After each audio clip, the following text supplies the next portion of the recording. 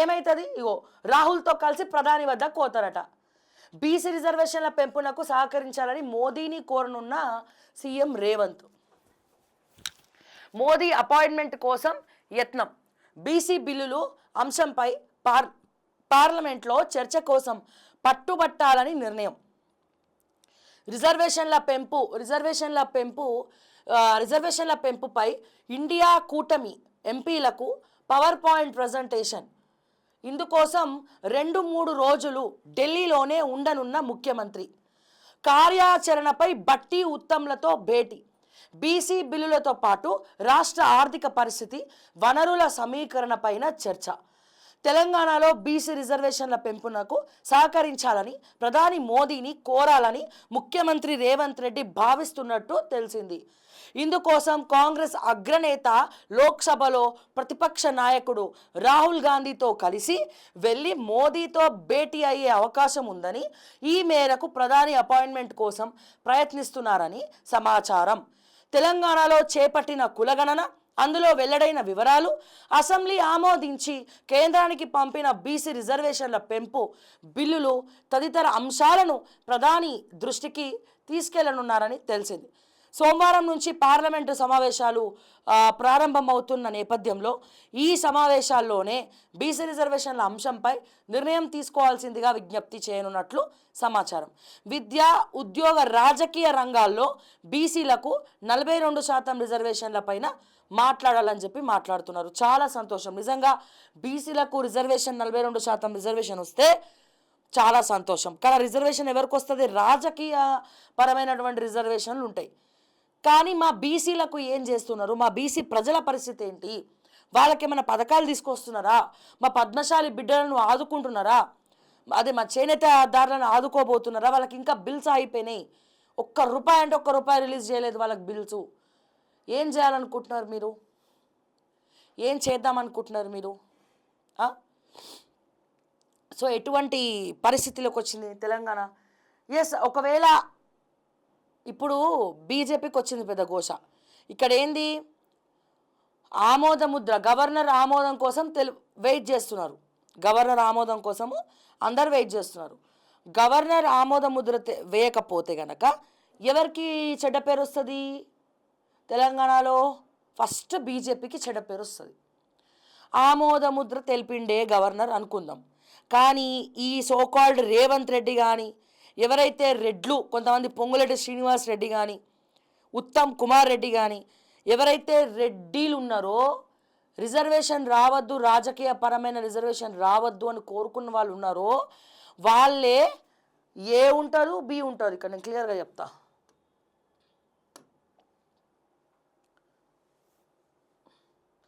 అంతా ఒక గేమ్ ఇది. ఇప్పుడు ఏ,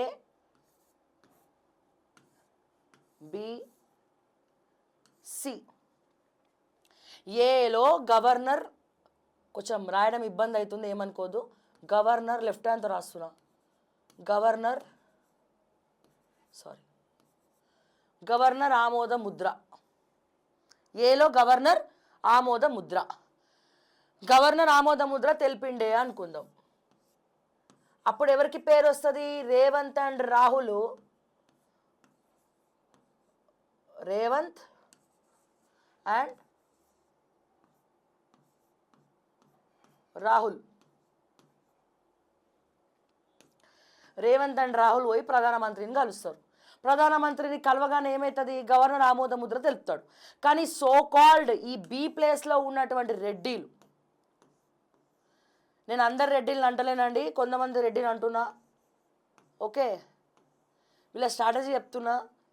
ఆ కొంతమంది రెడ్డిలలో రేవంత్ రెడ్డే ఉండొచ్చు. ఇక్కడ పోయి ప్రధానమంత్రిని కలిసిన రేవంత్ రెడ్డి ఇక్కడ మళ్ళా ఎవరో ఒకరితోని బితోనో సితోనో కోర్టుల కేసు వేపిస్తాడు. కోర్టులో కేసు వేపిస్తాడు. ఏమని? ఇది సరిగ్గా లేదు, ఇది ఆపేయాలని చెప్పి వేసేదెవరు? మళ్ళీ ఏ రెడ్డి ఉంటాడు, లేకపోతే బీసీఏ ఉండొచ్చు. ఐదర్ రెడ్డితో అయిపోయచ్చు, లేకపోతే ఈ సి అనే ఒక బీసీ క్యాండిడేట్తోనే వేయించచ్చు. మీ అందరికి కూడా తెలుసు, ఒక వ్యక్తి కొట్లాడుతూ ఉన్నాడు, కానీ ఆయన వెనకాల ఉండి కొట్లాడించేది ఎవరు? ఈయననే. రెడ్డిలను తిట్టిపిచ్చేది ఈయననే, బీసీల ఓట్ల కోసం డ్రామాలాడేది ఈయననే. పొంగులేటి వర్సెస్ రేవంత్ రెడ్డి నడుస్తుంది కాబట్టి వీళ్ళ సీట్లు దక్కద్దని చెప్పి పొంగులేటి సీఎం అవ్వాలని చెప్పి విశ్వ ప్రయత్నాలు చేస్తున్నాడు. అబద్ధం చెప్పి డ్రామా ఆడేది వీడని. ఏం చేస్తారు ఎలక్షన్స్ వరకు? ఇంకొక నో డౌట్ 2027 లోపల, 27లో ఎలక్షన్ రావచ్చు, ఇంకా ముందే రావచ్చు. ఎందుకంటే జమిలీ ఎన్నికలు వచ్చే అవకాశం ఉన్నది. వచ్చిందంటే అన్ని రాష్ట్రాల్లో ఒకే దేశం ఒకే ఎన్నిక కాబట్టి జమిలీ ఎన్నికలు రాగానే అన్ని రాష్ట్రాలలో భారతదేశ వ్యాప్తంగా ఎన్నికలు, ప్రతి ఒక్క ఎన్నిక కూడా రద్దవుతుంది. సో ఏంది ఇప్పుడు దీన్ని ఎన్నికలు అయ్యే వరకు ఇంకొక 2 ఏళ్ళు డ్రాగ్ చేస్తారు దీన్ని. మరి పంచాయతీ ఎలక్షన్స్ పెట్టాలి, ఎప్పుడు పెడతారని హైకోర్టు చెప్తుంది కదా, అడుగుతుంది కదా. సో మళ్ళీ ఏం చేస్తాడు? సరే లోకల్లో మాకు తెలంగాణ రాష్ట్రంలో ఇబ్బంది లేదు, మేము వాళ్ళకి రిజర్వేషన్ మేమే రాష్ట్ర వ్యాప్తంగా ఇస్తాము, కానీ ఈ లోపల మిగతా ఎలక్షన్స్ కానిచ్చేసేయండి, హైకోర్టు చెప్తుంది మేము ఏం చేయలేము అని చెప్పి కాంగ్రెస్ పార్టీ స్ట్రాటజికల్గా డ్రామా ప్లే చేస్తుంది. మళ్ళీ ఏం చేస్తారు? మేనిఫెస్టోలో ఇది వచ్చే ఎన్నికల వరకు డ్రాగ్ చేస్తూనే ఉంటారనమాట. ఇది అర్థమయ్యేటోళ్ళకి అర్థమవుతుంది. కానీ ఇక్కడ ఆలోచించాల్సింది ఏంటంటే ప్రజలారా, కాంగ్రెస్ పార్టీలో కూడా బీసీలు ఉన్నారు, బీఆర్ఎస్లో బీసీలు ఉన్నారు, బీజేపీలో కూడా బీసీలు ఉన్నారు, అన్ని పార్టీలలో బీసీలు ఉన్నారు. మళ్ళీ వాళ్ళే కాంగ్రెస్ పార్టీలో వాళ్ళే రేవంత్ని జై రేవంత్ అని పొగుడతారు. వాళ్ళు ఆలోచించలేరు నా వెనకాల ఏం కుట్రలు జరుగుతున్నాయి, మా బీసీ రిజర్వేషన్ వెనకాల అడ్డుకునేది ఎవరు, ఏ సోకాల్డ్ రెడ్డిస్ అడ్డుకుంటున్నారు, ఎవరి వల్ల మాకు ఇబ్బంది జరుగుతుంది అనేది వీళ్ళకి అర్థం కాదు. ఎవరో అందుకని ఏం చేస్తారు, ఇప్పుడు రెడ్డి కేసేసిండు అనుకో, మళ్ళీ గొడవలు అవుతాయి అని చెప్పి బీసీలనే ఒకరిని కొనుక్కుంటారు, కొనుక్కొని అతనితోటి కేసులు వేపిస్తారు. సో ఇది ఒక స్ట్రాటజీ ప్రకారంగా నడుస్తున్నటువంటి గేమ్. సో దీంట్లో ఇప్పుడు కావాలనే రేవంత్ ప్రధాని దగ్గరికి వెళ్తున్నాడు. రేవంత్ రాహుల్తో కలిసి ఇద్దరు కలిసి తెలంగాణలో బీసీ రిజర్వేషన్ ఇమ్మని చెప్పి పోతున్నారు ప్రధానమంత్రి దగ్గరికి. వాళ్ళు పోగానే ఈడ ఆమోద ముద్ర జరిగిందనుకోండి, ఎవరికి క్రెడిట్ పోతుంది? కాంగ్రెస్ పార్టీకి క్రెడిట్ పోతుంది. బీజేపీ క్రెడిట్ వస్తుందా? కాంగ్రెస్ క్రెడిట్ పోతుందా? కాంగ్రెస్కి క్రెడిట్ పోతుంది. ఒకవేళ ఇయ్యలేదనుకోండి, అప్పుడు ఎవరి మీదకి పోతుంది నెపము? వీళ్ళ మీదకి పోతుంది. ఎవరి మీదకి? బీజేపీ వాళ్ళ మీదకి పోతుంది. ఒకవేళ వేసిన తర్వాత కోట్ల కేసేసి మళ్ళీ ఎప్పుడు జరిగే స్టోరీయే మళ్ళా ఆపిచ్చేస్తారు. ఇదంతా జరగాలి అంటే బీసీలు అప్రమత్తంగా ఉండాలి. మీ పై నాయకుల్ని ఎవరిని కూడా నమ్మద్దు. పట్టు వదలని విక్రమార్కుల్లాగా మీరు పట్టుకొని కూర్చోవాలి బీసీ నాదాన్ని.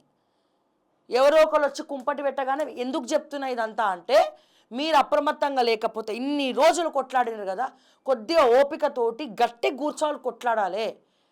ఎవరు అమ్ముడు పోవద్దు. ఎవరైనా కోర్టులో కేసు వేసినా సరే ఎందుకు వేస్తున్నారు అనేది స్ట్రాటజికల్గా మీరు ఒక్కసారి ఆలోచించాలా. మీ దాంట్లో ఎవరు దొంగలో పసిగట్టాలా. ఈ బీసీ రిజర్వేషన్ రాకుండా ఉండేది ఎవరు? బీజేపీకి అసలైన శత్రువు ఎవరండి? ఎంఐఎంఏ కదా. ఎంఐఎంఏ లేదనుకుందాం, మరి బీజేపీ ఎవరిని బూచిలాగా చూపించి కొట్లాడుతుంది? బీజేపీ ఎంఐఎంఏ మొత్తం నిర్మూలం అయిపోయిన తర్వాత ఏమని చెప్పి ఓట్లు అడుగుతుంది బీజేపీ కదా.